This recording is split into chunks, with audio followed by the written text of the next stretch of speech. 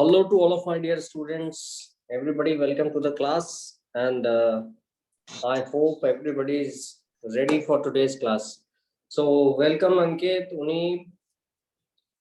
Good evening, sir. Good evening. Good evening. Very good evening. कैसे हो?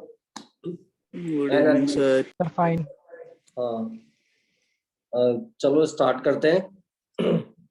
अपन ने किया था बॉयल्स लॉ. बॉयल्स लॉ के अंदर अपन ने क्या देखा था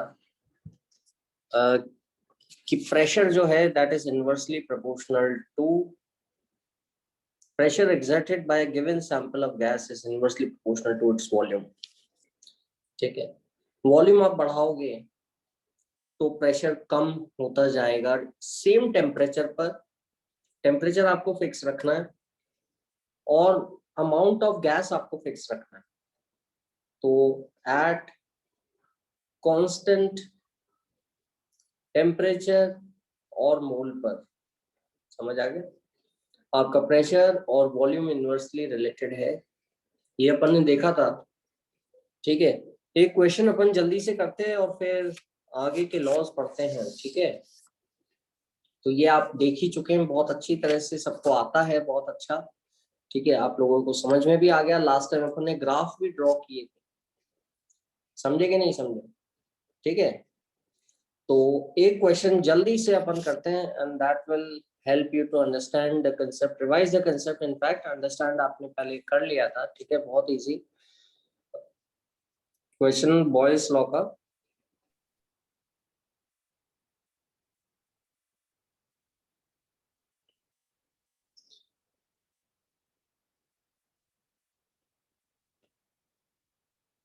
At temperature 20 degree Celsius, temperature को तो मैंने कांस्टेंट रखा है. ठीक है, जो मेरा इनिशियल वॉल्यूम है V1 वो है 120 ml, समझ गए. और जो मेरा फाइनल वॉल्यूम हो गया एक्सपेंशन के बाद जो बढ़ गया है वो है 180 ml. आई होप क्वेश्चन समझ में आ रहा है. इनिशियल जो मेरा प्रेशर है P1 that is equal to 750 mm of Hg, और मेरा जो फाइनल प्रेशर है वो कितना हो जाएगा ये आपको बताना है. जल्दी से करो.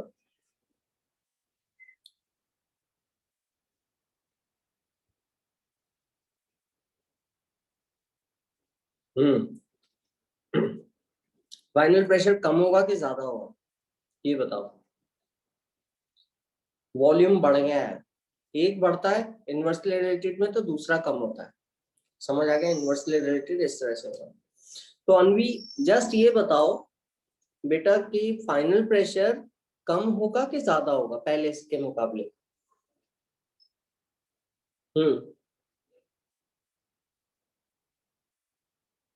क्या बता सकते हैं? सर हमें पता है कि प्रेशर इनवर्सली प्रोपोर्शनल है. तो अगर फर्स्ट केस में जो वॉल्यूम है वो 120 मिलीलीटर है और सेकंड केस में 180 मिलीलीटर है, तो जो हमारा प्रेशर होगा वो कम होगा सेकंड केस में P2. एग्जैक्टली वेरी गुड बेटा. तो pressure is going to be less. ठीक है, क्योंकि वॉल्यूम बड़ा हो जाता है उसी अमाउंट का तो वो गैस कम प्रेशर लगाएगी. And all of you must have noticed in a balloon. ठीक है, बलून को आप हाथ से प्रेस करते हो तो क्या होता है, इसका वॉल्यूम कम होता है, बलून ज्यादा प्रेशर लगाता है. ठीक है, अब तो अपन ने प्रेशर और वॉल्यूम का गैस का रिलेशन देखने के लिए अदनान इक्वेशन लिखी थी. प्रेशर इनवर्सली प्रोपोर्शनल है तो वॉल्यूम को इधर ले आया मैं उल्टे हाथ पे, प्रेशर इनटू वॉल्यूम. ठीक है, P1 V1 is equal to P2 V2. समझ आ रहा है कि नहीं आ रहा? P2 V2 clear. तो ये आपका रिलेशनशिप है. इसमें प्रेशर रख दो दोनों तरफ. यूनिट जो भी प्रेशर के आप लोगे वो दोनों तरफ सेम लेना. वॉल्यूम के जो भी आप यूनिट लोगे वो भी दोनों तरफ सेम लेना. समझ आ गया? इज इट क्लियर बच्चों? तो यहाँ पे कितना आंसर आएगा मेरे को जल्दी से आंसर बता दो. कौन बताएगा answer? What will be the answer for P2? Formula बता दिया है, ट्रिक बता दी है, जल्दी से आप मेरे को आंसर बताइए. किसका आंसर आ रहा है? Sir 500 mm of Hg। हाँ 500 आप लोगों का बिल्कुल करेक्ट आंसर है। That is very good, very good. ठीक है, बहुत बढ़िया बच्चों। 500 mmHg। तो आई होप कंसेप्ट आपके समझ में आ गया। बड़ा ही सिंपल है, थोड़े से कंफ्यूजिंग क्वेश्चन आ सकते हैं, और वो जो कंफ्यूजिंग क्वेश्चंस आएंगे आपके लिए वो सिर्फ ग्राफ से रिलेटेड आएंगे। तो ग्राफ मैंने आपको बताए थे, उनको एक बार रिवाइज कर लेना, खुद ड्रॉ करना है ना। तो final answer P2 is equal to 500 millimetre of mercury. ठीक है, फिर अपन अगले लॉ की तरफ बढ़ते हैं। अपना अगला लॉ जो है वो है अपना चार्ल्स लॉ। तो बता सकता है चार्ल्स लॉ किस बारे में बात करता है? बताओ बच्चों। Yes, come on. Charles law भी गैस का लॉ है, एक्सपेरिमेंटल गैस लॉ है। ठीक है, ये किस बारे में बात करता है? ठीक है, अभी अपन ने प्रेशर और वॉल्यूम के रिलेशनशिप के बारे में बात की।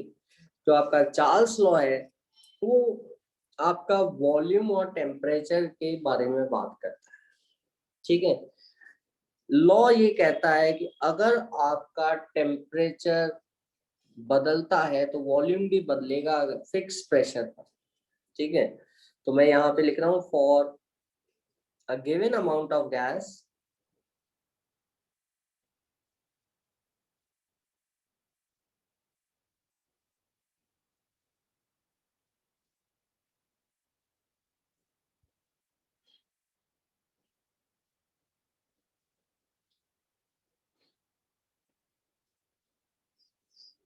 प्रेशर आपको फिक्स रखना है। जैसे अभी अपन एटमॉस्फेरिक प्रेशर में है, तो अपना जो प्रेशर है, ठीक है, ये फिक्स है 1 एटमॉस्फेयर, जो मैंने आपको बताया था। ठीक है, for a given amount of gas at fix pressure, given amount मतलब given moles, the volume occupied by the gas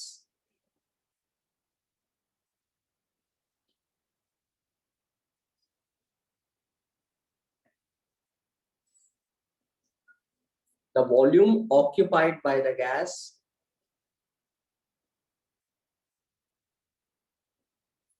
is directly proportional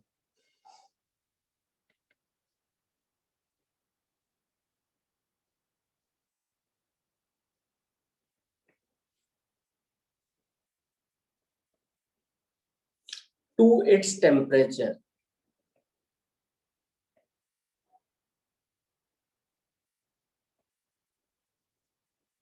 in Kelvin। ठीक है, इसी डेफिनेशन को मैं V और T और मैथमेटिकल फॉर्मूले के फॉर्म में लिख सकता हूँ। ठीक है, अपन को कांस्टेंट क्या क्या रखना है, जैसा कि मैंने बताया, अमाउंट रखना है, मतलब मोल कांस्टेंट रखना है, और प्रेशर कांस्टेंट रखना है गैस का, है ना। मोल और प्रेशर दोनों चीजें कांस्टेंट रखनी है। ठीक है, गैस के 4 वेरिएबल है P, V एंड T, है ना, प्रेशर, वॉल्यूम, मोल और टेम्परेचर। तो 2 वेरिएबल को मैंने फिक्स कर दिया, उनको नहीं बदला। बाकी के 2 वेरिएबल चेंज हो रहे हैं, है ना। वो वेरिएबल कौन से हैं? वॉल्यूम है, ठीक है, और टेम्परेचर है। तो गैस जो वॉल्यूम ऑक्यूपाई करेगी किसी टेम्परेचर पर, है ना, वो उसके डायरेक्टली प्रोपोर्शनल होगा उसके टेम्परेचर के केल्विन में। यहाँ पे एक बात आप बच्चों ध्यान रखना कि temperature must be in kelvin. ये बात आपको याद रखना बहुत जरूरी है, यूनिट ध्यान रखना, टेम्परेचर केल्विन में होना चाहिए। यहाँ पे volume of a gas, volume occupied up by the gas is directly proportional to its temperature in kelvin. समझ में आ गया सबको? क्लियर? आयुष बताओ बच्चा। Ankit, Unip, Anvi, is it clear? Adnan? Yes sir. Yes sir. ठीक है, चलो वेरी गुड। तो यहाँ पर Yes, sir. जैसा कि आप जानते हो, कोई डाउट हो तो आप बिल्कुल पूछना मेरे से, है ना। Don't hesitate in asking. Clear? तो ये लर्निंगो प्लेटफॉर्म जो आपको इतनी अच्छी फैसिलिटी प्रोवाइड कर रहा है, that is very very important. ठीक है, तो आप इसका बिल्कुल गोल्डन अपॉर्चुनिटी है, don't forget to take the advantage of this opportunity, ठीक है। Always ask the doubts, don't keep it with yourself, ठीक है। तो volume is directly proportional to the temperature, जैसा कि चार्ल्स लॉ ने बोला, टेम्परेचर केल्विन में लिया उसने। अब इसने क्या किया देखो, तो volume directly proportional to temperature. जब अपन प्रोपोर्शनलिटी का साइन हटाते हैं तो कोई कांस्टेंट से मल्टीप्लाई करते हैं, जैसा कि आपको पता होगा। तो मैं यहाँ पर ऐसे लिख रहा हूँ, वॉल्यूम इक्वल टू का साइन लगा रहा हूँ, इक्वल टू कांस्टेंट, ठीक है, into T, temperature. Volume is equal to constant into temperature, ठीक है। और जब मैं टी को इधर लेके आता हूं तो v बाय टी कांस्टेंट रहेगा।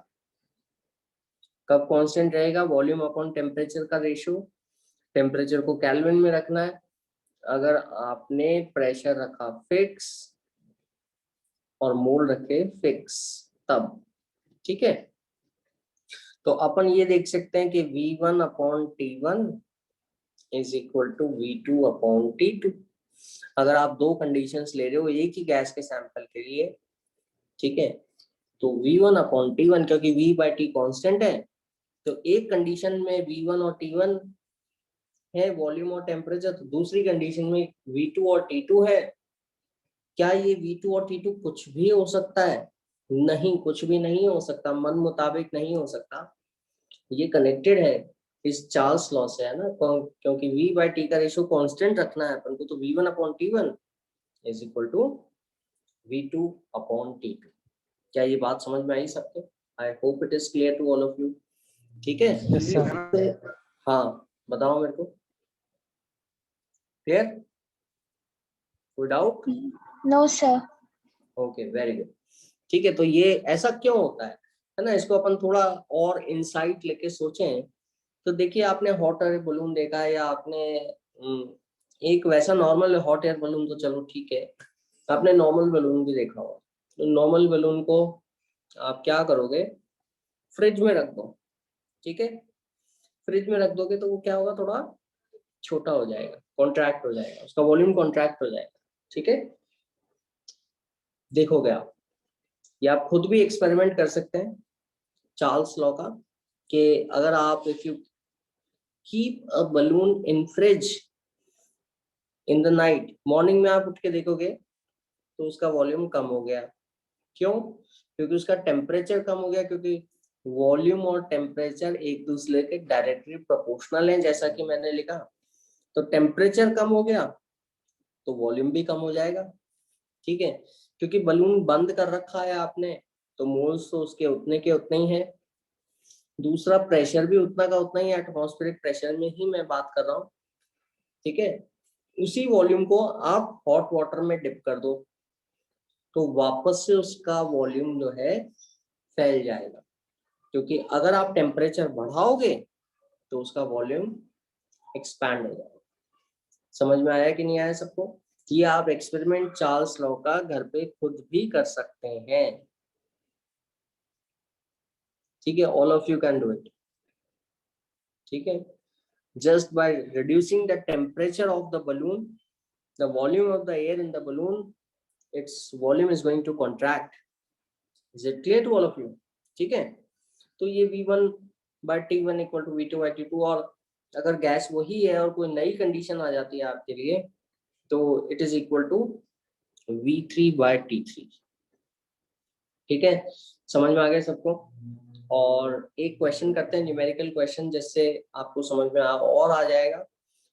लेकिन इसमें एक बात जो मैंने बताई थी, वो ये बताई थी कि जो टेम्परेचर है वो केल्विन में, इसकी यूनिट केल्विन में ही लेना, ठीक है। वॉल्यूम की यूनिट तो आप दोनों तरफ सेम रख सकते हो, कुछ भी ले सकते हो, लेकिन टेम्परेचर के साथ ऐसा नहीं है, टेम्परेचर को आपको केल्विन में ही लेना पड़ेगा। अब आप बोलोगे देखो केल्विन तो हम इतना डेली लाइफ में तो अपन यूज में लेते नहीं है, अपन लोग डेली लाइफ में डिग्री सेल्सियस खूब कम में लेते हैं ना।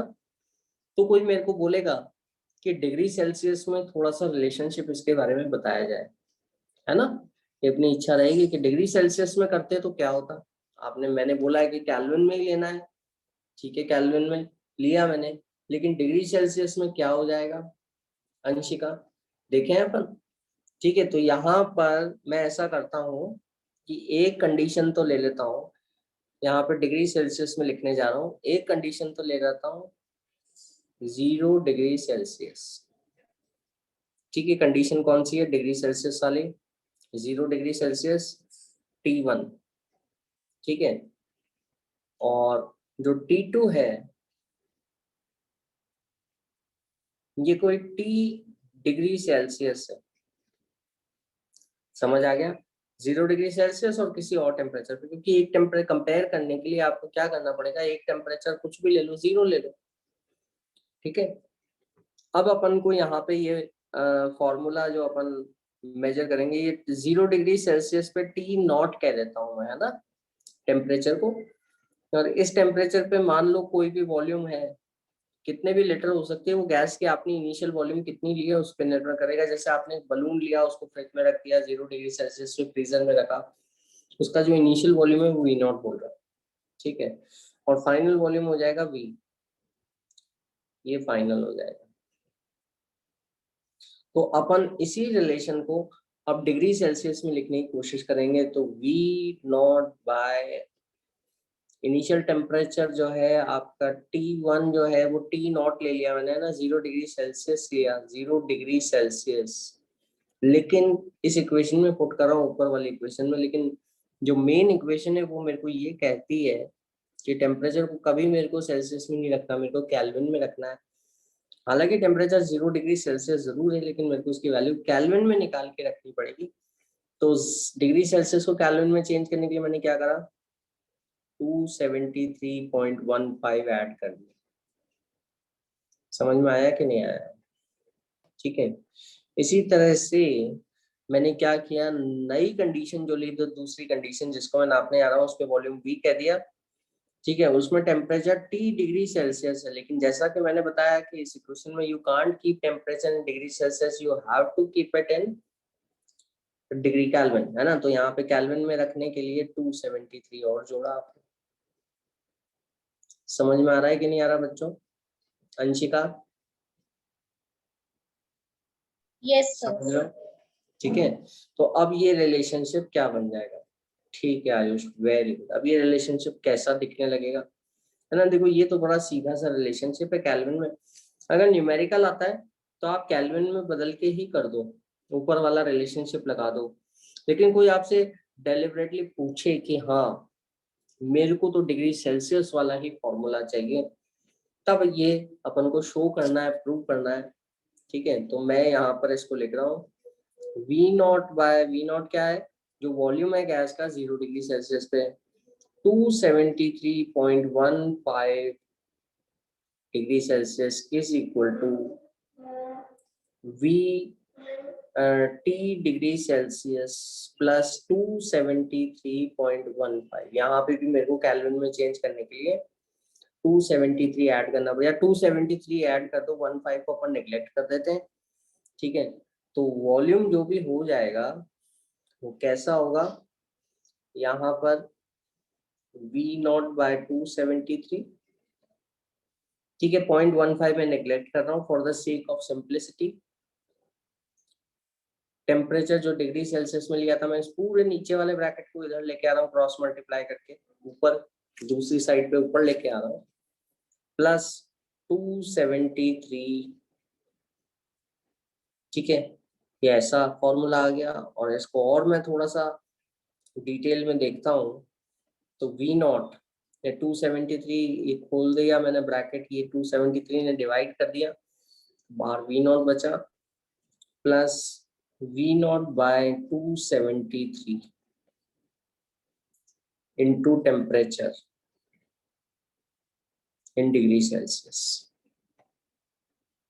तो जो मेरा वॉल्यूम हो गया वो इस तरह से बदलेगा। ठीक है, देखो अब ध्यान से सुनना बच्चों, बी केयरफुल, ध्यान से सुनना। अब इसी को मैं शब्दों में बोल रहा हूँ कि मेरा जो गैस का वॉल्यूम है वो 0 डिग्री पे जो उसका वॉल्यूम है, ये वाला जो मैं अंडरलाइन कर रहा हूँ, है ना, 0 डिग्री पे वॉल्यूम से बढ़ेगा या घटेगा टेम्परेचर बढ़ाने पे। टेम्परेचर बढ़ाने पे अगर आप ये टेम्परेचर इंक्रीज करोगे तो वॉल्यूम बढ़ेगा, ये टेम्परेचर डिक्रीज करोगे तो वॉल्यूम डिक्रीज होगा। हर 1 डिग्री के बदलाव पर हर 1 डिग्री के बदलाव पर, जैसे ये 1 डिग्री यहाँ पे आपने टेम्परेचर इंक्रीज किया, हर 1 डिग्री के चेंज पर जो उसका 0 डिग्री वाला वॉल्यूम है उसका 1/273 टाइम्स इंक्रीज या डिक्रीज होगा। समझ आया? इसका ये मतलब हुआ जैसे यहाँ पे आपने +1 डिग्री करा है ना, 1 डिग्री कर दिया टेम्परेचर, ठीक है, 1 डिग्री सेल्सियस, तो यहाँ पे 1 डिग्री रखा तो वॉल्यूम कितना हो गया, V0 + V0/1/273। समझ में आया कि नहीं आया? क्लियर? इज इट क्लियर सबको? और अगर मैंने टेम्परेचर डिक्रीज किया है, ठीक है, अगर मैंने टेम्परेचर डिक्रीज किया 1 डिग्री से, -1 डिग्री कर दिया, तो मेरा वॉल्यूम कितना हो जाएगा, V = V0, ये -1 डिग्री लिखता हूँ यहाँ पे, V0 माइनस, यहाँ पे -1 कर दूंगा तो ये साइन माइनस हो जाएगा, -V0/273, है ना। देखो मैं ऐसे लिख रहा हूँ, वापस से यहाँ लिख देता हूँ, +1 डिग्री बढ़ाने पर, है ना, ये V0 + V0/273 है, ठीक है। 1 डिग्री कम करने पर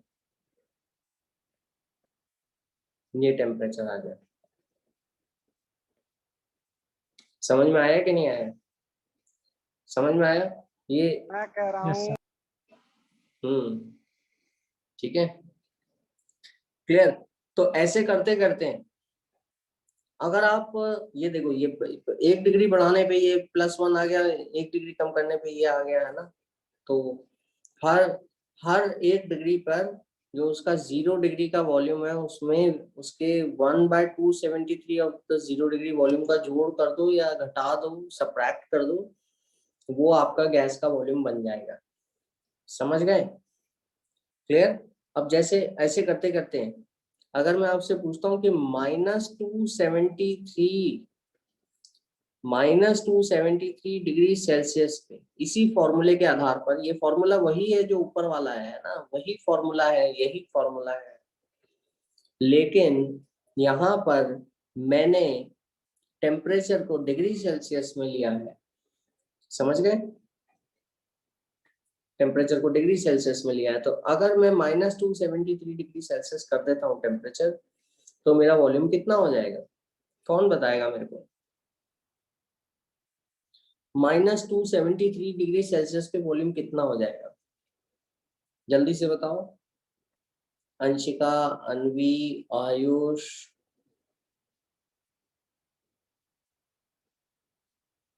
अदनान, जल्दी बताओ। पुनीत, दिख रहा है आपको सबको? ये मेरा Yes, क्वेश्चन sir. यहाँ पे कितना वॉल्यूम हो जाएगा?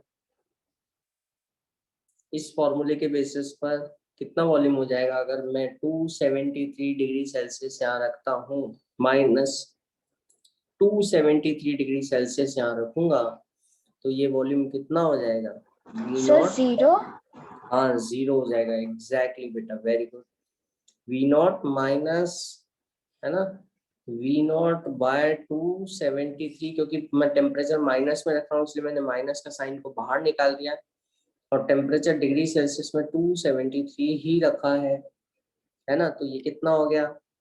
V0 - V0 = 0 लीटर, है ना। तो अब यहाँ पे एक सोचने की बात शुरू होती है, ये बात ये है कि अगर आप टेम्परेचर कम करते आते हो, कम करते आते हो, कम करते आते हो, तो वॉल्यूम कम होता जाएगा। हर 1 डिग्री कम करने पे, जैसा कि आपको यहाँ दिख रहा है, वॉल्यूम कितना कम होगा? उसके 0 डिग्री के वॉल्यूम का 1/273 घटता जाएगा, है ना। 0 डिग्री के वॉल्यूम ये था, उसका उस वॉल्यूम का 1/273 टाइम्स कम करते आओ, कम करते आओ हर 1 डिग्री पे। ऐसे करते करते जब 273 टाइम्स आप कम करोगे, है ना, ये देखो 273 टाइम्स इस वॉल्यूम को कम करोगे तो वॉल्यूम रह जाएगा 0।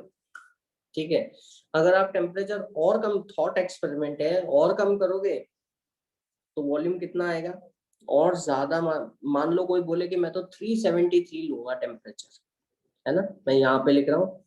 मान लो कोई कहता है, ठीक है, उन्हीं जैसे अपन लेते हैं टेम्परेचर -373 डिग्री सेल्सियस, ठीक है।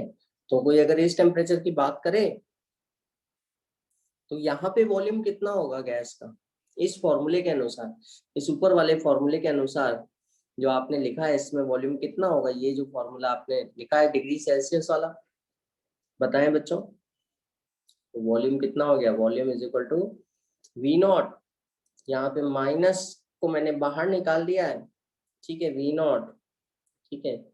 और ये है 373/273, ये कुछ नेगेटिव वैल्यू आएगी और यहाँ पे वॉल्यूम का नेगेटिव हो जाएगा। समझ में आया कि नहीं आया, ये वॉल्यूम नेगेटिव आएगा क्योंकि ये वैल्यू बड़ी है माइनस वाली। क्या वॉल्यूम कभी नेगेटिव हो सकता है, क्या वॉल्यूम कभी नेगेटिव हो सकता है? सबसे छोटा वॉल्यूम, हाँ नहीं हो सकता, वेरी गुड। सबसे छोटा वॉल्यूम क्या हो सकता है, 0 है ही नहीं कोई चीज, तो वॉल्यूम 0 है, नेगेटिव कैसे होगा, है ना। तो जब नेगेटिव वॉल्यूम नहीं हो सकता तो इसका मतलब जैसे ही आपने टेम्परेचर इससे कम किया -273 से जैसे इधर, तो इससे कम टेम्परेचर भी नहीं हो सकता, क्योंकि अगर इससे कम 273 से कम टेम्परेचर अगर आप -273 से कम टेम्परेचर ले रहे हो तो नेगेटिव वॉल्यूम आ रहा है, तो इसका मतलब इस टेम्परेचर पे नेगेटिव वॉल्यूम संभव नहीं होता, तो ये टेम्परेचर भी संभव नहीं है। समझ आया। तो ये एब्सोल्यूट जीरो टेम्परेचर कहलाया। एब्सोल्यूट जीरो टेम्परेचर क्या होता है,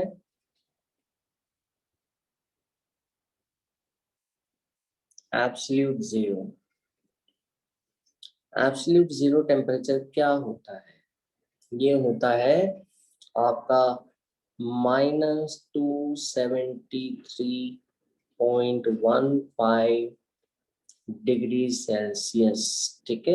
मैंने पहले 15 नहीं लिखा था, एग्जैक्टली 15 लिखना चाहिए था, ठीक है। तो this is the temperature which is the lowest possible temperature in the universe. And क्या आपको कोई बोलेगा तो प्रूव कर दोगे, बिल्कुल प्रूव कर दोगे। जो मैंने आपको पिछले स्लाइड में दिखाया, ठीक है, वो आप देखोगे, इस तरह से लिखोगे, है ना। चार्ल्स लॉ को आप सबसे पहले डिग्री सेल्सियस में बदलोगे, डिग्री सेल्सियस पहले तो केल्विन में आता है ना, केल्विन से डिग्री सेल्सियस में बदलोगे, जिसमें एक कंडीशन 0 डिग्री वाली रखोगे, 0 डिग्री वाली वॉल्यूम को आप वी नॉट बोलोगे, और उस टेम्परेचर को 273 होगा 0 डिग्री सेल्सियस तो, और किसी भी टेम्परेचर T डिग्री सेल्सियस पे आप उसकी वॉल्यूम निकालोगे वी नॉट के टर्म्स में, और आप देखोगे हर 1 डिग्री बढ़ने पे वॉल्यूम बढ़ता है, हर 1 डिग्री कम होने पे वॉल्यूम घटता है ना, 1/273 टाइम्स घटता है। और इससे आप ये देखोगे कि जब -273 डिग्री टेम्परेचर हो जाएगा डिग्री सेल्सियस, तो वॉल्यूम 0 हो जाएगा, और इससे कम टेम्परेचर जा नहीं सकता, क्योंकि इससे कम टेम्परेचर अगर अपन लेके गए तो वॉल्यूम नेगेटिव आएगा, नेगेटिव वॉल्यूम होता नहीं है तो इससे कम टेम्परेचर होता नहीं है, तो ये एब्सोल्यूट जीरो टेम्परेचर होगा। समझ में आया बच्चों, इज इट क्लियर। और एक्चुअल में यही है, यूनिवर्स का lowest temperature is -273.15 degree Celsius. In kelvin it is 0 kelvin. In kelvin में कितना होगा, केल्विन में 0, ये जितने भी डिग्री सेल्सियस है +273.15 इसमें ऐड कर दो, तो that will give you the value in kelvin, ठीक है।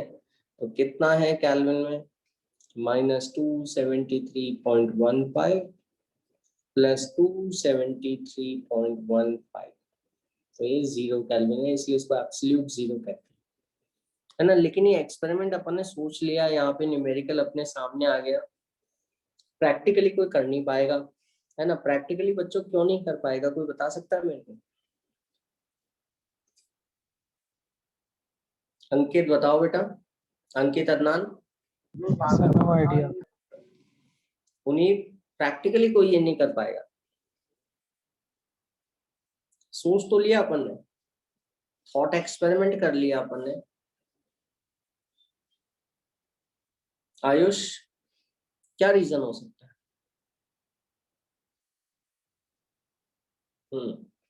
बताओ। प्रैक्टिकली कोई इसलिए ये नहीं कर पाएगा क्योंकि इतना कम टेम्परेचर एक तो ला नहीं सकते, है ना। और इतने ये जो रिलेशनशिप है ये सिर्फ गैस के लिए वैलिड है। अगर आप ये टेम्परेचर कम करते गए, अगर गैस बनी रहती है ना, तो गैस बनी रहती है, गैस ही रहती है, तब तो ठीक है, तब तो उसका वॉल्यूम 0 हो जाता। लेकिन टेम्परेचर कम करने पे गैस लिक्विड बन जाती है। एक बार वो लिक्विड बन गई तो फिर ये फॉर्मूला गैस वाला लागू नहीं होगा, क्योंकि ये सिर्फ गैसीय स्टेट पर ही लागू होता है। क्या ये बात सबके समझ में आई बच्चों? Is it clear to all of my dear students? ठीक है, सभी के आई होप समझ में आ गया है ना। तो क्वेश्चंस कर लेते हैं इसके ऊपर। क्वेश्चंस जो हैं, सबसे पहले मैं क्वेश्चन एक बताना चाहूंगा।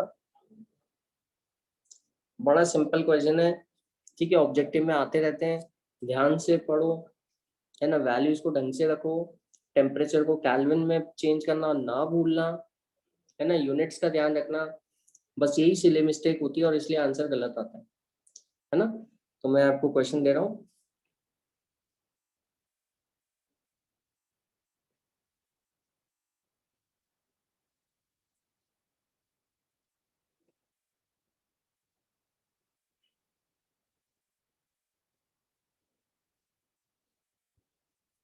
What is the increase in volume when the temperature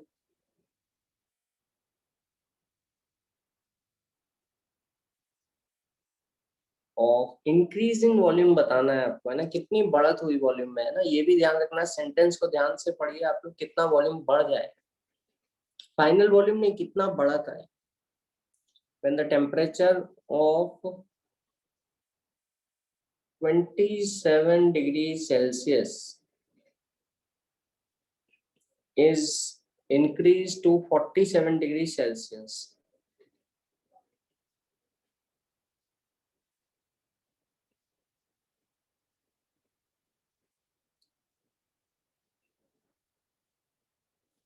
under constant pressure,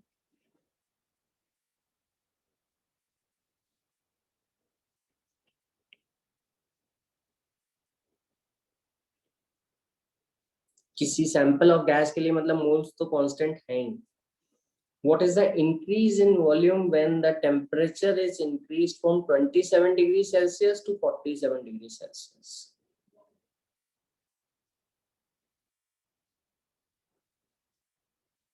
कितना इंक्रीज होगा, बताओ जल्दी, कितना इंक्रीज आएगा आंसर? कौन बताएगा मेरे को?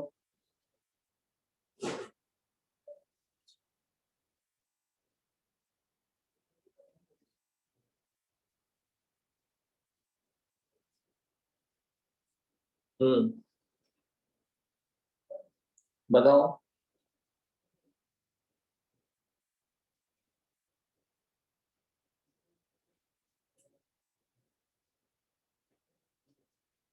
आयुष, शतान,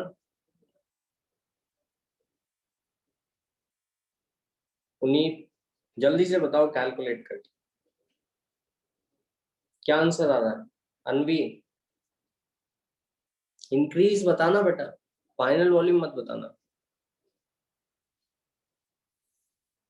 तो इनिशियल वॉल्यूम तो दे नहीं रखा, अपने मन में डाउट आएगा कि ये कैसे करेंगे सवाल, इनिशियल वॉल्यूम तो मालूम ही नहीं है, मालूम होने की जरूरत भी नहीं है ना। आपको तो बढ़त पूछे कितना कितना इंक्रीज होगा, है ना। तो इनिशियल वॉल्यूम मान लो आप v, समझ आया? What is the increase in volume when the temperature is increased.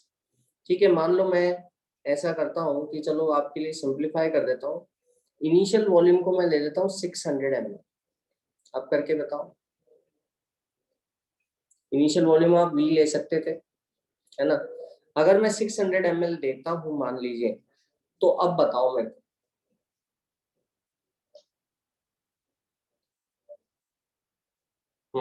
Initial volume is 600 ml, what will be the increase in terms of ml? बता दो अब तो, समझ गए? अब करो, अनवी, अंकित, अदनान, आयुष, हो रहा है? Yes sir. कितना आएगा आंसर बताओ जल्दी से।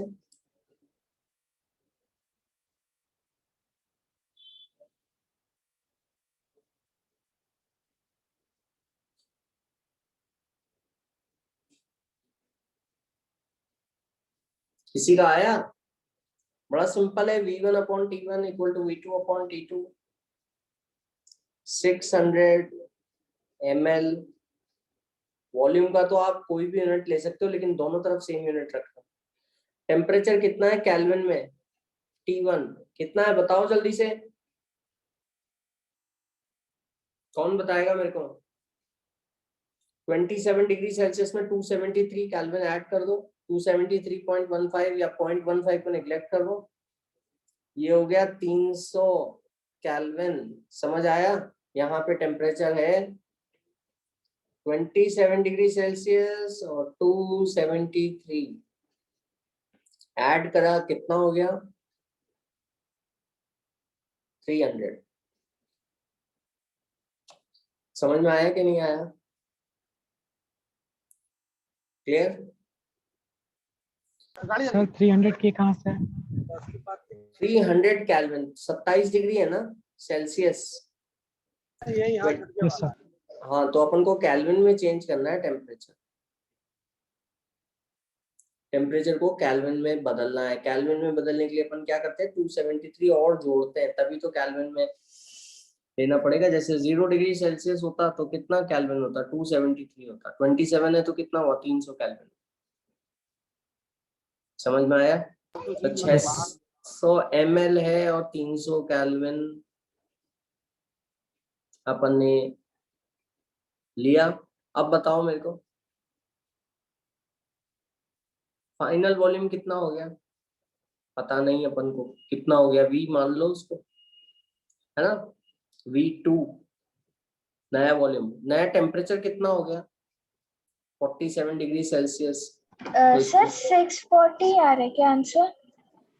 हाँ बेटा, एग्जैक्टली वेरी गुड, है ना? तो ये 47 डिग्री सेल्सियस है केल्विन बताने के लिए, तो इसको ऐड करो 7 और 5, ठीक है, 12 होता है 320, तो 320 वेरी गुड। तो नया वॉल्यूम जो है V2 जो है वो है 640, ठीक है।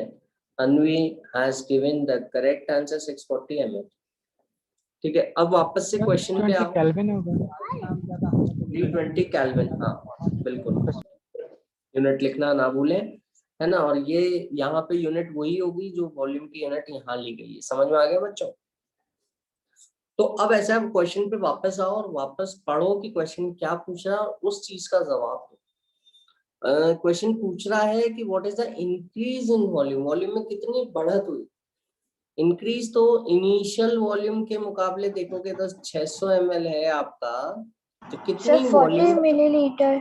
हाँ 40 ml, exactly 40 ml is the answer. तो इंक्रीज, ध्यान रखना आपसे क्या पूछा गया है ना? अगर वॉल्यूम पूछा गया है तो 640 ml, ठीक है, दैट इज करेक्ट ऑप्शन, है ना? और क्योंकि ऑब्जेक्टिव में ऐसे ही होता है, अब ऑब्जेक्टिव में जब अपन करते हैं तो 640 भी लिखा होगा, 40 भी लिखा होगा। जल्दी से अपन क्या करते हैं, एकदम क्वेश्चन देख के बिना पूरा पढ़े एकदम से क्वेश्चन सॉल्व करने लग जाते हैं। पूरा पढ़ भी लेते हैं तो सॉल्यूशन में इतने अपन डूब जाते हैं कि V2 आते ही अपन V2 देखते हैं, अरे V2 640 लिखा है, 640 पे टिक करके आते हैं, ठीक है। अगर नया वॉल्यूम पूछा तो 640 इज द करेक्ट आंसर, लेकिन अगर इंक्रीज पूछा है तो you have to find the difference and you have to tell what is the increase of the volume, that is 40 ml। तो समझ में आया सिली मिस्टेक कैसे हो सकती है आपकी एग्जाम में, तो ये ध्यान रखना, ठीक है। आपको जरूर आता होगा, आप कर पाएंगे क्वेश्चन को, है ना? लेकिन एक छोटी सी गलती के कारण हो सकता है कि आपका क्वेश्चन आपने गलत आंसर चूज कर लिया सही करने के बाद भी, ठीक है। तो बी केयरफुल अबाउट दिस, ठीक है। और फिर अपन दूसरा क्वेश्चन, एक और क्वेश्चन करते हैं और उससे भी थोड़ा सा मेरे को लगता है आपको क्लियर हो जाएगा। Sample of a gas has a volume of 2.8 litre. V1 जो है 2.8 लीटर, मैं डायरेक्टली लिख देता हूँ आपके लिए, है ना, ताकि आपका टाइम बच जाए। ठीक है, इट इज सबमर्ज्ड, इसका कोई टेम्परेचर है T1। ठीक है, मुझे नहीं मालूम कितना टेम्परेचर है, इनिशियल टेम्परेचर पता नहीं, है ना। इसको, इस गैस के वॉल्यूम को 2.8 लीटर वॉल्यूम को मान लो एक किसी बलून का वॉल्यूम है। ठीक है, बलून का 2.8 लीटर वॉल्यूम है, इसको it is submerge in ice cold water having temperature of 0 degree Celsius.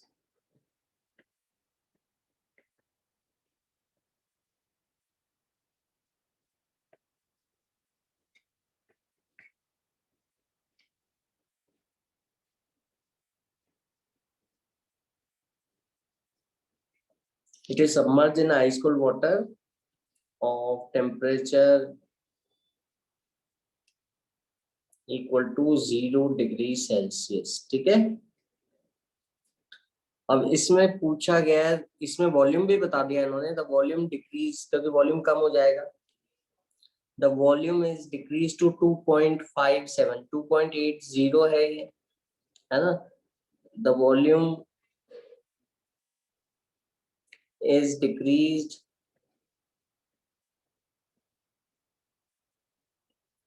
to 2.57 litres. ठीक है, तो इनिशियल टेम्परेचर क्या था, फाइनल टेम्परेचर तो ठीक है, आइस बाथ में आपने डिप कर दिया है, फाइनल टेम्परेचर तो 0 डिग्री सेल्सियस हो जाएगा। ठीक है, फाइंड इट्स इनिशियल टेम्परेचर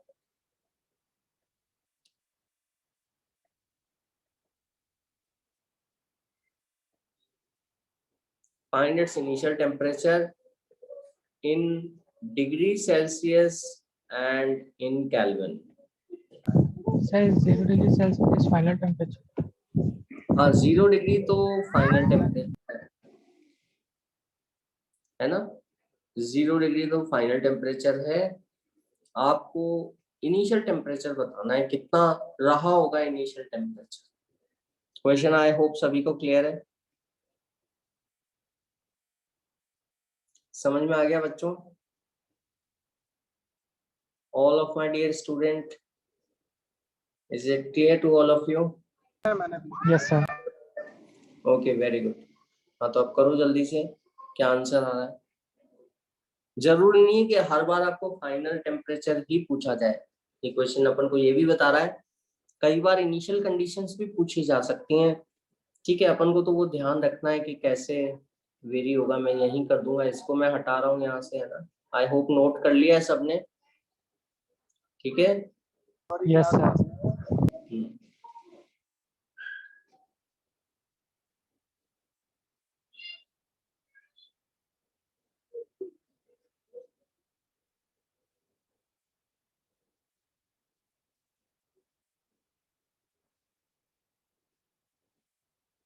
कौन बताएगा, जल्दी से करो।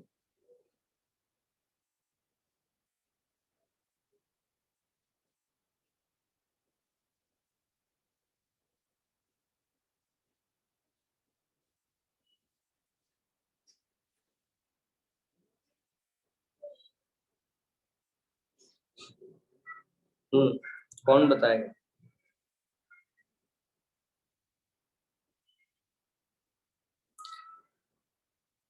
कैलकुलेशन थोड़ा सा हेक्टिक आ रहा है, हल्का सा, वो आप कर सकते हैं।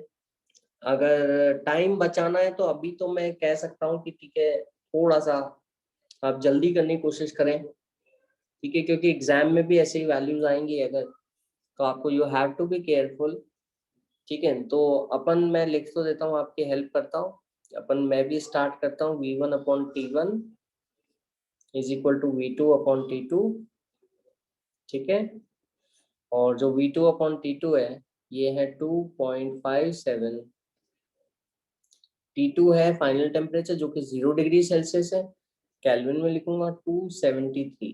आप तो केल्विन वाला फॉर्मूला ही लगाना हर जगह, है ना। डिग्री सेल्सियस वाला भी यही चेंज हो जाएगा, वैल्यूज यही आएंगी।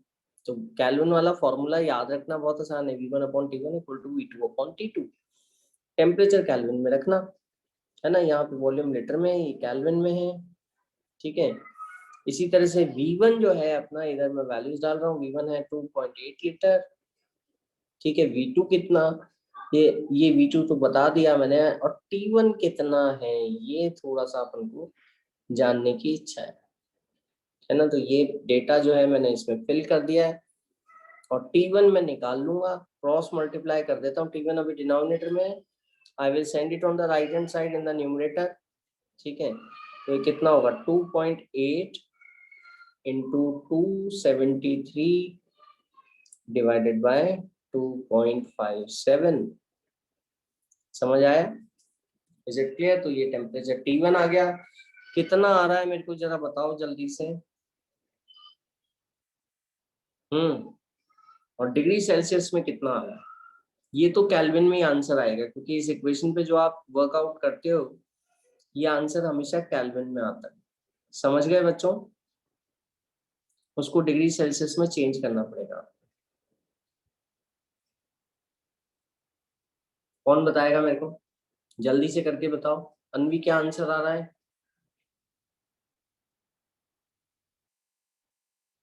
सर 297.4। हाँ एग्जैक्टली, ठीक है, वेरी गुड, ठीक है। 297.4 केल्विन आ रहा है ना। और डिग्री सेल्सियस में कितना होगा बेटा?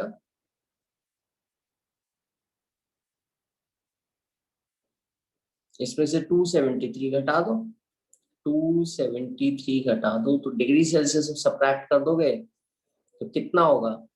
क्योंकि अगर आपको डिग्री सेल्सियस से केल्विन में जाना है तो केल्विन में जाना है तो जोड़ना है, डिग्री सेल्सियस में वापस आना है तो 273 को हटाना है, रिमूव करना है, माइनस कर दो तो 4 हो गया। 24 राउंड ऑफ करके बताओ आप।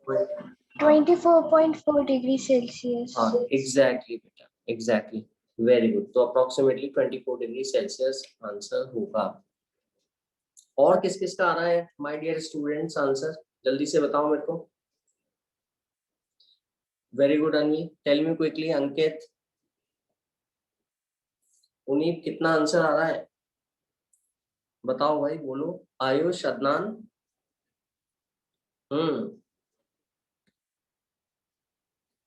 हाँ अंकित 296 आ रहा है आंसर, ठीक है। 1 डिग्री का थोड़ा बहुत ऊपर नीचे हो जाए, लेकिन अगर देखो ऑप्शन चेक कर लेना, ऑप्शंस में आंसर 296 भी है, 297 भी है, तब तो आपको एक्यूरेटली करना पड़ेगा, ठीक है। अगर 297 के की जगह बदले आपका 296 आ रहा है तो ठीक है, एक्सेप्टेबल होगा थोड़ा सा।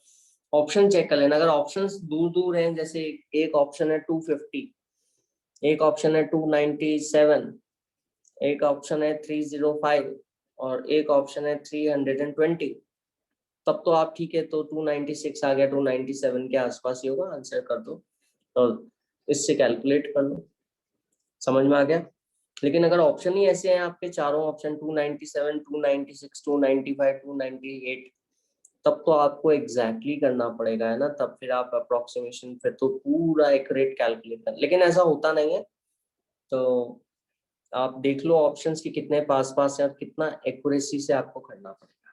तो आई होप क्वेश्चंस तो बहुत इजी है, थोड़ी बहुत छोटी मोटी हर्डल आती है। हर्डल क्या आती है कि आप जो है टेम्परेचर को केल्विन में बदलना ना भूलें, ठीक है।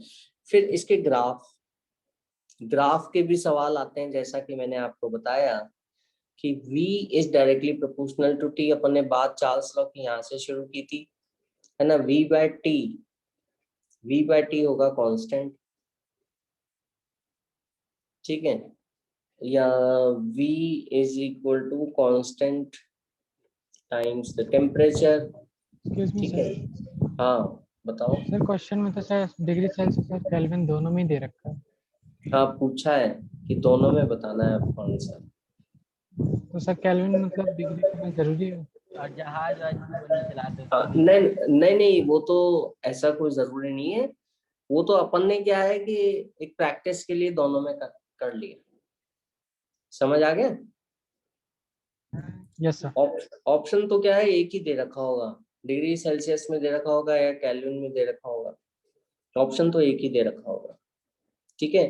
जैसे वॉल्यूम और टेम्परेचर का ग्राफ कैसा होगा, ये आपके सामने इक्वेशन है, कैसे प्लॉट करोगे इसको, V और T का ग्राफ।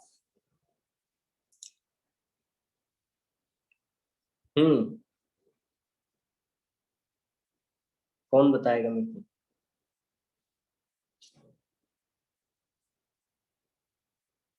V और T का ग्राफ कैसा होगा? सर नेगेटिव वाला भी होगा सर। Sir straight line. हाँ स्ट्रेट लाइन होगा। ये ग्राफ जो है ना, V को y एक्सिस पे लिया, ये m इसका स्लोप कहलाता है, जो ये बताता है कि स्ट्रेट लाइन कैसी है। अगर स्ट्रेट लाइन ऐसे फ्लैट है तो इसका स्लोप 0 है, ऐसे होती जाएगी तो इसका स्लोप बढ़ता जाएगा, है ना, ठीक है।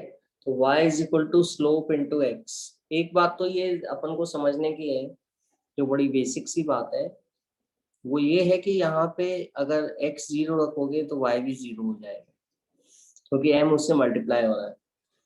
टेम्परेचर 0 केल्विन में, ये तो केल्विन स्केल पे ग्राफ अगर ड्रॉ करते हैं, दोनों स्केल पे अलग अलग आएगा, है ना। तो टेम्परेचर को 0 केल्विन लोगे तो वॉल्यूम भी 0 हो जाएगा, तो ये पॉइंट होगा। और ये जो लाइंस होंगी, ये लाइंस इस तरह से अलग अलग लाइन हो सकती है ना। एक लाइन अपन ड्रॉ कर लेते हैं, ठीक है, वो अलग अलग सैंपल के लिए अलग अलग लाइन हो सकती है, ठीक है। तो मैं एक लाइन ड्रॉ कर देता हूँ। ये जो लाइन है किसके रिलेशनशिप को रिप्रेजेंट कर रही है? V is equal to constant, constant value होगा किसी सैंपल ऑफ गैस के लिए, times the temperature in kelvin. It is a line passing from the origin, ठीक है, straight line, and this constant will be the slope. समझ आया? ये V/T line isobar भी कहलाती है, क्योंकि यहाँ पे चार्ल्स लॉ की सबसे पहले बेसिक कंडीशन क्या थी कि प्रेशर आपको नहीं बदलना, प्रेशर आपको कांस्टेंट रखना है। तो कांस्टेंट प्रेशर पे वॉल्यूम और टेम्परेचर ही चेंज हो रहा है, ठीक है। तो इसको अपन आइसोबार कहेंगे। आइसोबार मतलब सेम प्रेशर पर वॉल्यूम टेम्परेचर का बदलाव दिखाने वाली लाइंस। लेकिन यहाँ टेम्परेचर केल्विन में है, अगर इसी टेम्परेचर को आप डिग्री सेल्सियस में लोगे, ठीक है, तो ये इस तरह से आ जाएगा। इक्वेशन मैंने आपको बता दी थी कि volume is equal to V0। V0 0 डिग्री पर वॉल्यूम है, ठीक है। V0 बाय 273, इस 0 डिग्री की वॉल्यूम का 1/273 टाइम्स, है ना। और टेम्परेचर डिग्री सेल्सियस में जो होगा वो ये होगा। समझ में आया कि नहीं आया? ठीक है।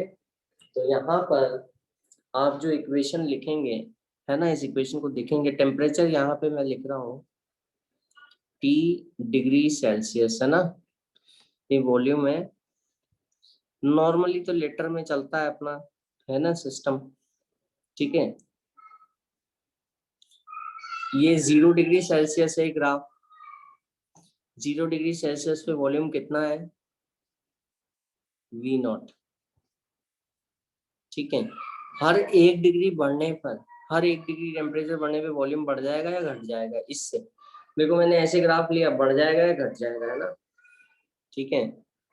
और अगर आप ऐसे देखोगे कि वॉल्यूम बढ़ता जाएगा बढ़ता जाएगा बढ़ता जाएगा, ठीक है। ये जो वॉल्यूम है, अपनी अपन ने बात की थी एब्सोल्यूट जीरो की, -273 डिग्री सेल्सियस पे या ये वॉल्यूम 0 हो जाएगा, जो कि 0 केल्विन कहलाता है।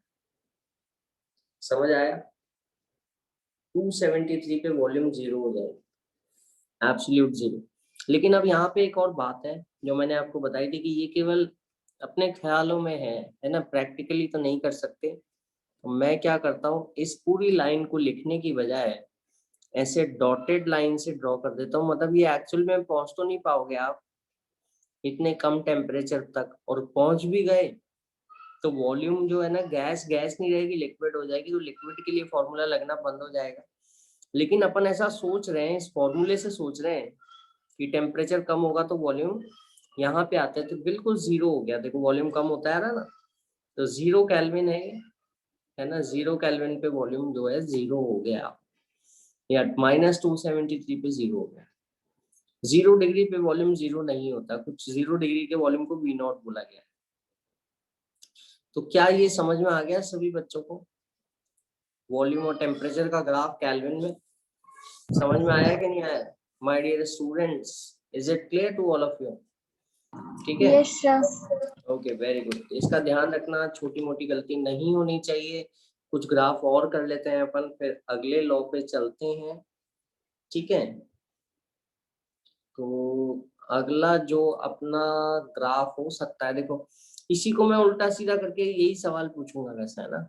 अभी मैंने ग्राफ बोला v और t का, v वर्सेस t, है ना? तो v equal to constant time t, वो v वर्सेस t का ग्राफ ऐसा था। केल्विन में लिया था टेम्परेचर अगर, तो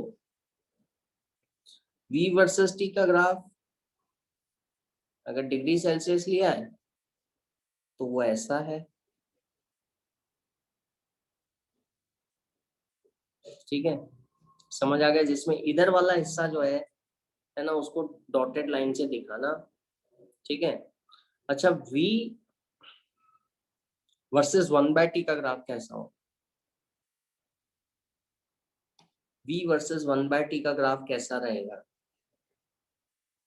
इक्वेशन आपके सामने है, v is equal to constant times temperature, तो v by t is equal to constant, समझ में आया? और v into 1/t is equal to constant. तो एक तो ये तो y एक्सिस पे लेना, वर्सेस करते हैं ना, y वर्सेस x, और इसको x एक्सिस पे लेना, तो X Y is equal to constant. ये ग्राफ कैसा होता है पिछली क्लास में बताया था मैंने, याद हो तो v वर्सेस 1/t का ग्राफ कैसा होगा बताओ? X Y equal to constant का ग्राफ कैसा होता है बताओ जल्दी से।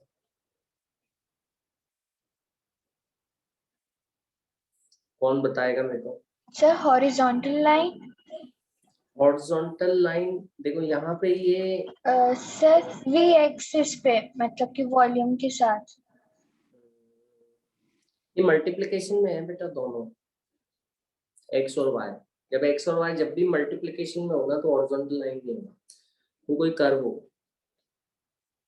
ये वाला कर्व की बात कर रहा हूँ, X Y, Y X is equal to X into Y equal to constant. अब सोचो आप, तो एक बढ़ेगा तो दूसरा घटेगा। हॉरिजॉन्टल लाइन में तो क्या है, हॉरिजॉन्टल लाइन बेटा तब आती है जब एक की वैल्यू फिक्स हो, चेंज ही ना हो। एक की वैल्यू बढ़ती आ रही है, आगे जाते हैं, लेकिन ये वैल्यू जो है ये कांस्टेंट। समझ आया? Sir hyperbola. हाइपरबोला होगा, एग्जैक्टली, है ना? क्या हाइपरबोला रहेगा? वेरी गुड, ठीक है। v और 1/t का ग्राफ हाइपरबोला होगा, जो अपन ने पिछली क्लास में किया था, है ना? समझ गए? क्योंकि देखो अगर वॉल्यूम टेम्परेचर बढ़ाते जाओगे, टेम्परेचर इंक्रीज करते जाओगे, तो ये 1/इंक्रीज value will be smaller value, ये छोटा होता जाएगा। टेम्परेचर बढ़ाने पे ये छोटा होता जाएगा, है ना? ये छोटा होता जाएगा, तो कांस्टेंट रखने के लिए वॉल्यूम को बड़ा करते जाओ, ठीक है? तो 1/t अगर छोटा होता जा रहा है, पीछे जा रहे हैं अपन यहाँ पर, है ना? तो वॉल्यूम को बढ़ाते जाओ ताकि v इंटू 1/t का वैल्यू सेम रहे। समझ आ रहा है? क्लियर है? तो ये इट विल बी हाइपरबोला, ठीक है। स्ट्रेट लाइन जो आप कह रहे थे वो ग्राफ भी अपने पास है, ठीक है, वो ग्राफ भी अपने पास है। वो कौन सा ग्राफ है? ठीक है,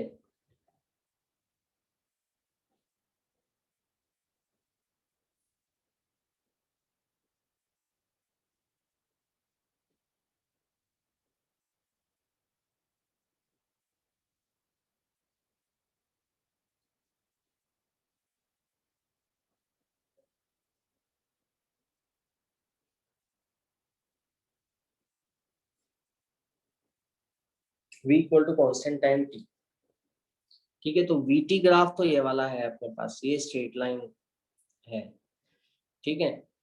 अगर अपन v by t V by T का ग्राफ ड्रॉ करें, V by T का ग्राफ ड्रॉ करें, है ना, वर्सेस टेम्परेचर,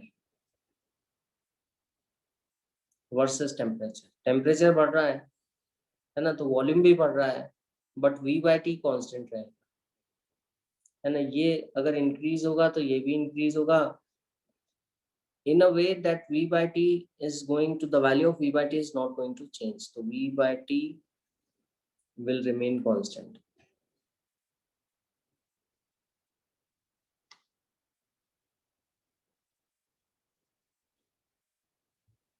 समझ में आया? V by T का वैल्यू कांस्टेंट रहेगा, कैसे?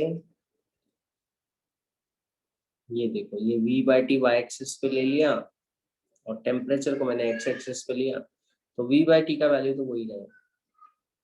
समझ में आया? ये वाला ग्राफ होगा, क्योंकि V by T is equal to, यहाँ पे अगर आप लेके आ गए T को मैं नीचे उतार दिया है, V by T equal to constant रहा, ये ऐसा ग्राफ होगा। क्या ये समझ में आ गया? Is it clear to everyone? Yes, sir. ठीक है, तो V by T का कांस्टेंट वैल्यू आएगा, है ना, बढ़ते टेम्परेचर के साथ या बढ़ती वॉल्यूम के साथ, या सिर्फ वॉल्यूम पे वेरिएशन शो करोगे तो वो भी ऐसा ही होगा, V by T का, है ना।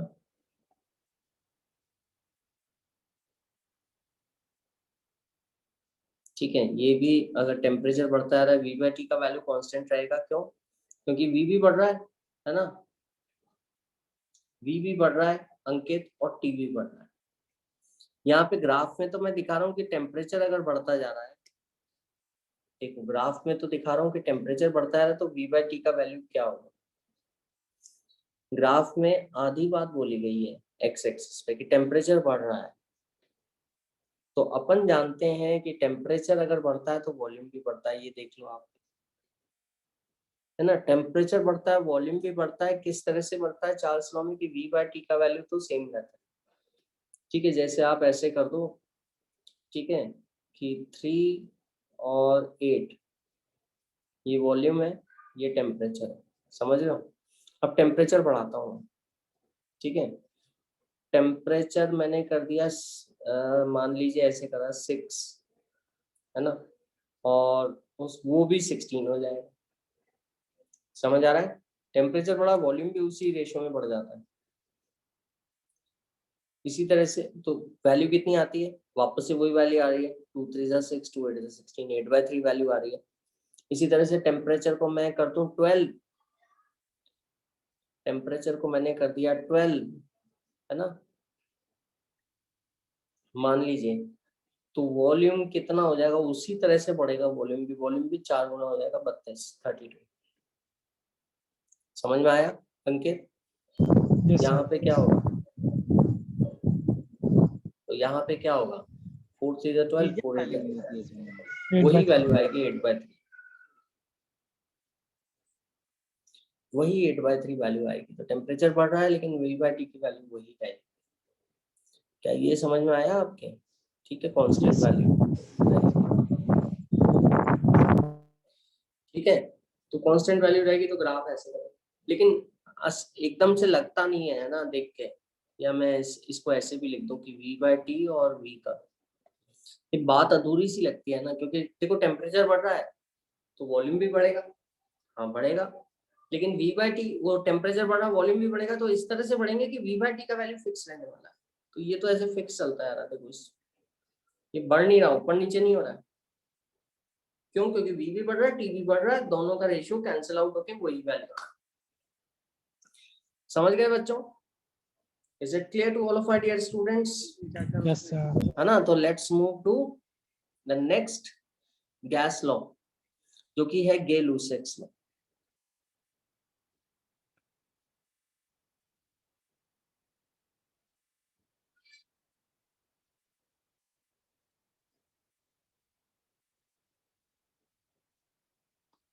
देखो अभी तक अपन किस किस के बारे में बात कर चुके हैं?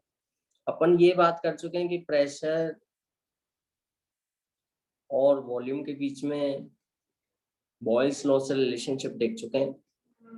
वॉल्यूम और टेम्परेचर के बीच में रिलेशनशिप देख चुके हैं, टेम्परेचर बढ़ेगा तो वॉल्यूम बढ़ेगा, है ना, गैस का। और अपन अब जो देखने जा रहे हैं वो रिलेशनशिप है प्रेशर और टेम्परेचर के बीच में, ठीक है। इसमें बाकी के वेरिएबल, दो वेरिएबल आपको कांस्टेंट रखने पड़ेंगे। बाकी के दो वेरिएबल कौन से हैं बच्चों? एक तो है वॉल्यूम, ठीक है, एक तो वॉल्यूम और मोल, एन आर कांस्टेंट। वॉल्यूम और मोल कांस्टेंट है, तो pressure exerted by a sample of gas is directly proportional to its temperature in Kelvin। शब्दों में लिख सकते हैं, है ना, क्योंकि ये शब्दों में लिखना भी बहुत जरूरी है। कई बार अपन फॉर्मूले को समझ नहीं पाते। अच्छा अभी तो ठीक है, आप समझ रहे हो, बहुत अच्छी बात है। थोड़े टाइम बाद वापस से रिवाइज करोगे तो दैट वर्ड वाली जो डेफिनेशन है that is very important and useful, ठीक है। मैं यहाँ पे लिख रहा हूँ प्रेशर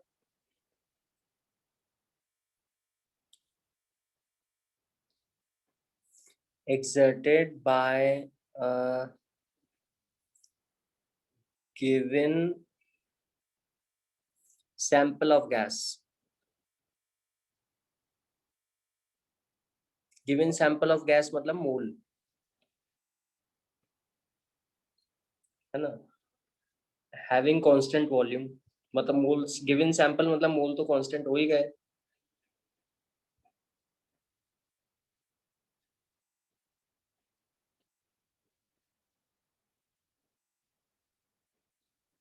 कांस्टेंट वॉल्यूम पर मतलब वॉल्यूम भी कांस्टेंट हो गया, है ना।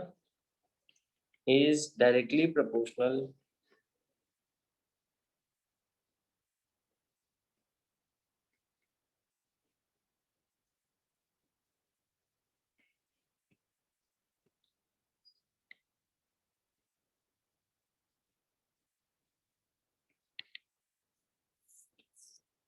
is directly proportional to its temperature in Kelvin। समझ में आया बच्चों? Is it clear to all of my dear students? P is directly proportional to T, ठीक है। तो टेम्परेचर को केल्विन में रखना बिल्कुल वैसा का जैसे जैसे V is directly proportional to T था, तो P is directly proportional to T।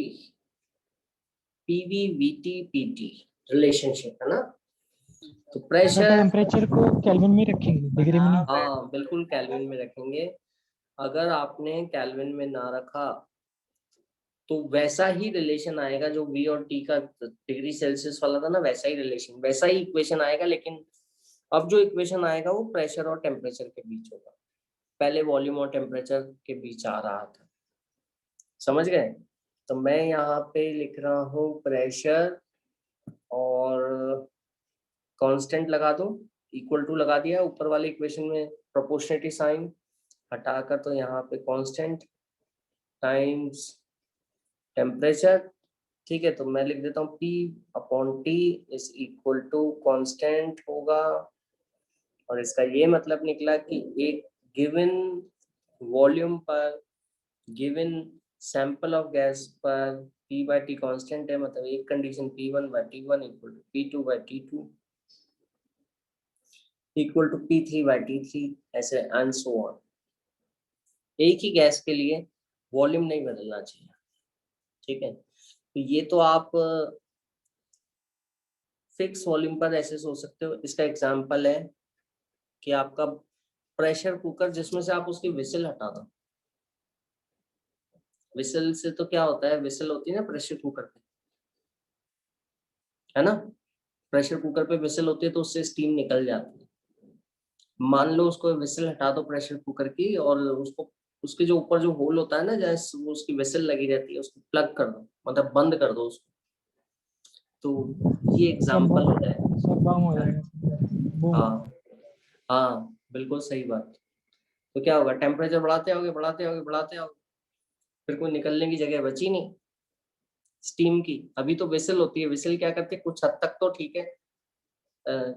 या आप ऐसे सोच लो प्रेशर कुकर ही लो जिसमें विसल, तब की कंडीशन कंपेयर करो कि विसल बजे ना, विसल बज जाती है ना तो क्या होता है, सारी स्टीम बाहर निकल जाती है, फिर तो मास कांस्टेंट नहीं रहता है ना। या विसल को दबा के बंद करके रखो है ना, पकड़ के एकदम, तो टेम्परेचर बढ़ता जाएगा है ना, प्रेशर भी बढ़ता जाए।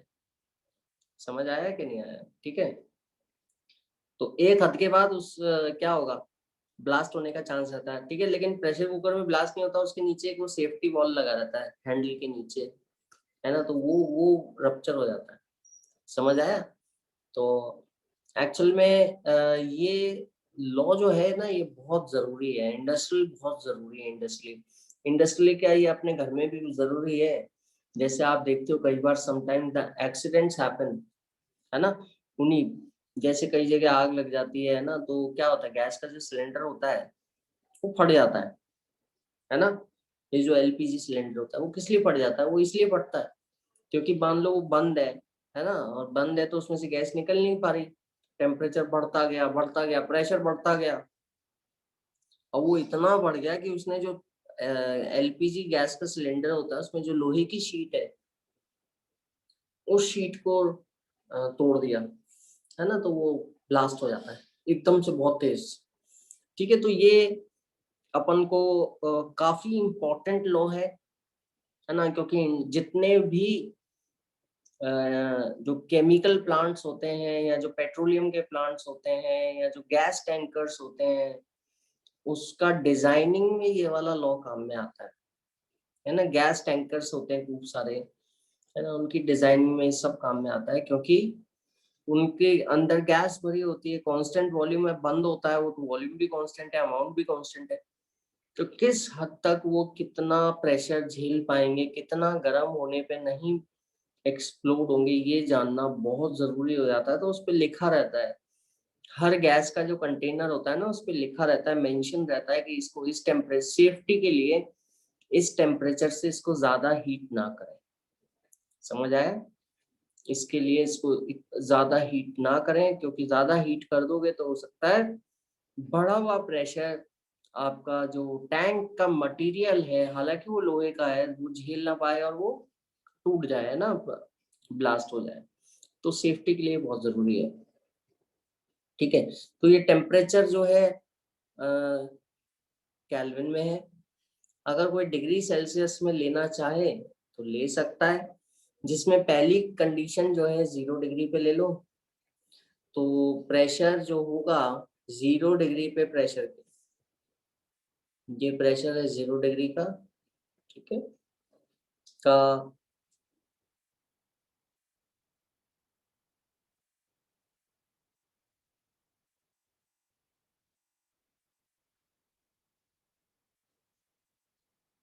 टेम्परेचर को मैंने डिग्री सेल्सियस में लिख दिया है।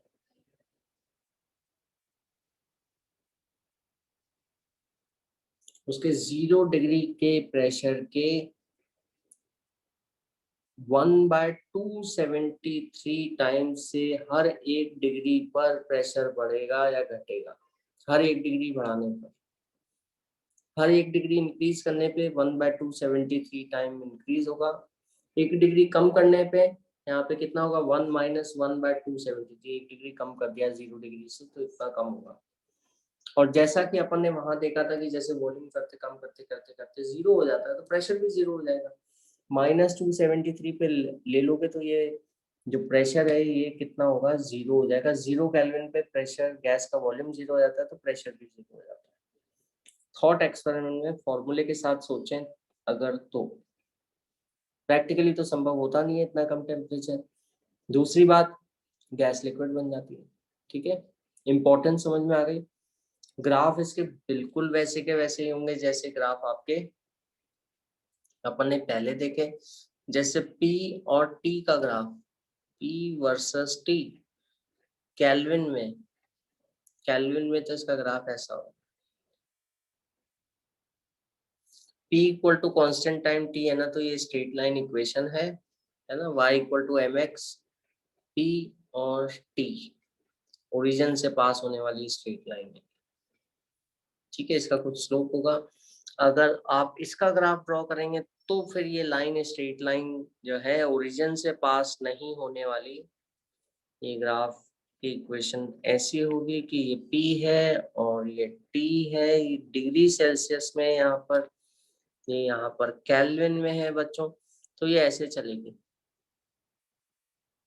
रीजन मैंने आपको बताया था कि क्यों मैं यहाँ पर डॉटेड लाइन लगा रहा हूँ, है ना, instead of drawing a complete line. तो ये 0 डिग्री सेल्सियस का टेम्परेचर है, यहाँ पे जो प्रेशर है ये है P0, है ना, समझ में आया। और यहाँ पर देखो ये प्रेशर कितना हो गया, पीछे जाते जाते टेम्परेचर कम, ये -273 डिग्री सेल्सियस है ना, तो यहाँ पे प्रेशर कितना हो गया, 0 हो गया, है ना। थ्योरेटिकली 0 हो जाता है, प्रैक्टिकली तो वो गैस लिक्विड बन जाती है, तो ये इक्वेशन पे लगा नहीं सकते लिक्विड पर। मान लो अगर कोई गैस ही रहती, कभी लिक्विड बनती ना, तो ये देखने को मिलता, है ना। और नेगेटिव प्रेशर कभी होता नहीं है, तो इससे कम टेम्परेचर कर नहीं सकते, तो this is the lowest temperature, again this is proof, ठीक है। अगर आप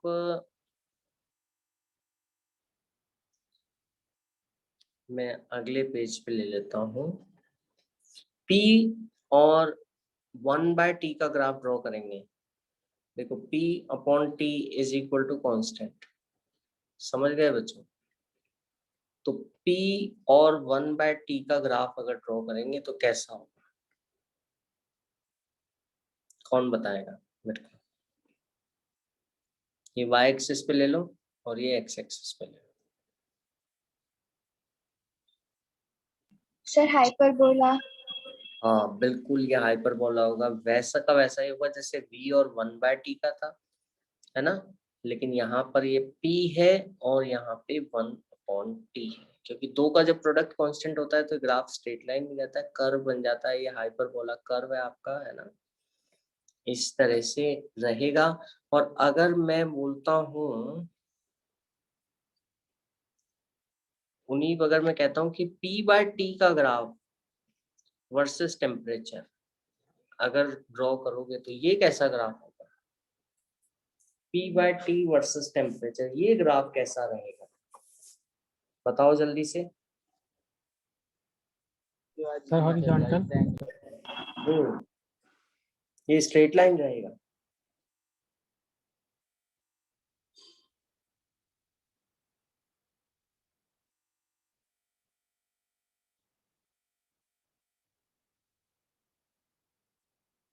ऐसे, क्योंकि देखो टेम्परेचर बढ़ रहा है, ये अपने समझ में आ रहा है, लेकिन एक बात ये समझ में नहीं चाहिए कि टेम्परेचर बढ़ रहा है तो प्रेशर भी बढ़ रहा है, ताकि P/T कांस्टेंट बना रहे। तो P/T का कांस्टेंट वैल्यू रहने वाला है, समझ गए my dear students, is it clear to everyone, all of you, कर लोगे, भूलोगे तो नहीं, ठीक है, वेरी गुड। एक क्वेश्चन कर लेते हैं, छोटा सा क्वेश्चन है ना, और इजीली आए, वो कर लोगे, numerical will give you more confidence, ठीक है। The gas pressure in a container at a constant volume is 150 kilopascal. The gas pressure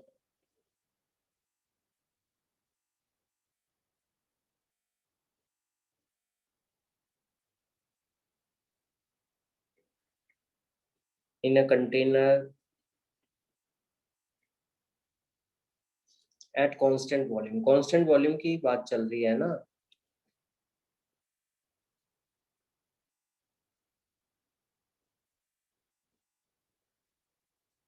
is 150 kilo pascal.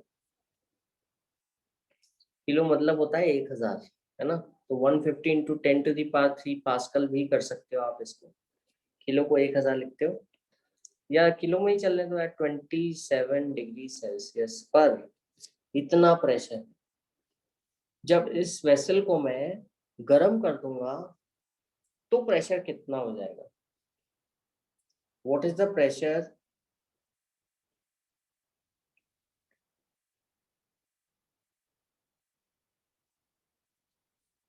when The vessel is heated to 127 degrees Celsius.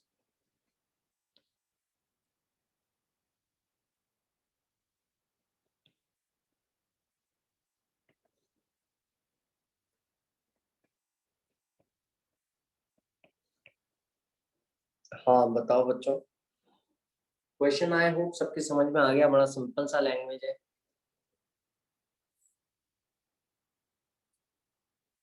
Pressure volume का तो unit जो left hand side पे होता है वही right hand side पे ले लेना, लेकिन टेम्परेचर में कभी ऐसा ना करना। जैसा कि मैंने आपको बताया, टेम्परेचर में हर जगह केल्विन में ही लिखना। समझ गए my dear students? I hope सबके समझ में आ रहा है और सब क्वेश्चन को करने में लगे हुए हैं। मेरे को किलो पास्कल में आंसर चाहिए, जल्दी से बताओ। पुनी, आयुष, अंकित, अनवी, Adnan, yes, come on guys, quickly, all of you, yes, जल्दी से करो।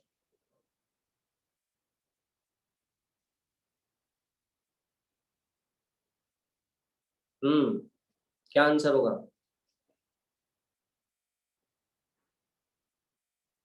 So volume 150 से क्या है सर यूनिट?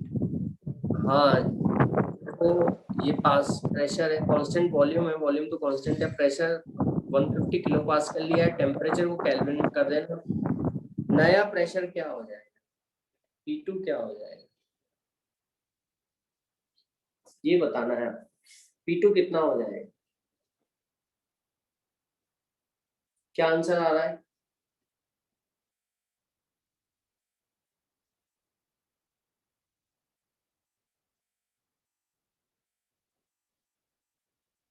कौन बताएगा? अनवी बताओ। तो P बाय सर 146.5। देखते हैं, एक बार चेक करते हैं अपन, है ना। देखो P/T कांस्टेंट है, तो 150 किलो पास्कल है प्रेशर, किलो पास्कल, और टेम्परेचर है 27 डिग्री, लेकिन इसको केल्विन में चेंज करना है, 300 केल्विन है। 273 इसमें जोड़ोगे तो 300 केल्विन बन जाएगा। नया प्रेशर तो पूछा है मेरे से, मेरे को मालूम नहीं, उसको मैंने P2 कह दिया, है ना। और जो नया टेम्परेचर है इसमें 273 बेटा ऐड कर दो, है ना। 7 और 3 10 हो गया, और ये भी 10 हो गया, और ये 400 केल्विन आ गया। समझ गए? ठीक है, आप लोगों ने भी यही किया होगा, आई होप। एक बार चेक करो वापस से, ठीक है। तो ये कितना हुआ? 350, ये तो 50 आ गया, ऊपर कैंसिल। ये 2 0 तो इधर मैंने लेफ्ट हैंड राइट हैंड के कैंसिल कर दिया, 3 को 150 से कैंसिल कर दिया, तो 50 किलो पास्कल, और यहाँ पे 4 बचा हुआ है मेरा अभी, है ना। तो P2 is equal to 50 into 4, तो ये हो गया 200 किलो पास्कल। समझ आ गया? 200 किलो पास्कल इस, अगर आपने अनवी कन्वर्जन टेम्परेचर का सही कर लिया था बेटा।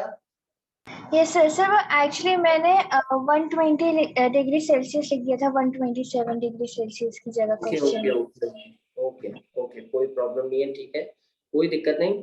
तो आई होप कंसेप्ट जरूर समझ में आ गया सबके। 200 kilo pascal will be the answer. कोई पूछता है कि व्हाट इज द इंक्रीज, ध्यान रखना ऑप्शन में इंक्रीज पूछता है, तो इंक्रीज तो 50 किलो पास्कल का ही हुआ, फाइनल वैल्यू 200 है, इंक्रीज 50 किलो पास्कल का ही हुआ है। समझ गए सभी बच्चे? I hope it is clear to all of you. Sir 50 को 40 से डिवाइड करा है मल्टीप्लाई? इससे हाँ, सर 50 को सर 4 से डिवाइड करा है मल्टीप्लाई? मल्टीप्लाई करा है बेटा। यहाँ पे इधर लेके जाओगे ना, इधर तो P2 आ जाएगा, ये 4 इधर बचा है, 3 तो मैंने काट दिया है ना, 50 आ गया ऊपर, ये 4 अभी बचा हुआ है, 0 ही काटे थे इधर, तो मैंने 4 को मैं उधर लेके जाऊंगा ऊपर, तो 50 इंटू 4 है ना, 200 किलो पास्कल। Okay sir. ठीक है, तो आई होप सभी के समझ में आ गया, सभी बच्चों के समझ में आ गया, और सभी ने बहुत एंथुसियास्टिकली पार्टिसिपेट किया। अदनान, आयुष, पुनीत, ठीक है, अनवी एंड अंकित, ठीक है, तो दैट्स वेरी गुड।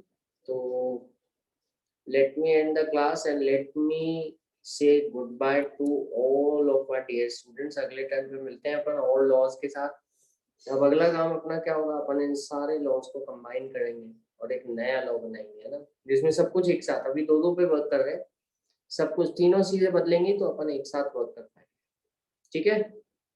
तो वो सब अपन सर कार वाली होती है जैसे ओला गुड वाला। Night. Let me say good bye, bye bye everyone, take care thank all you of sir.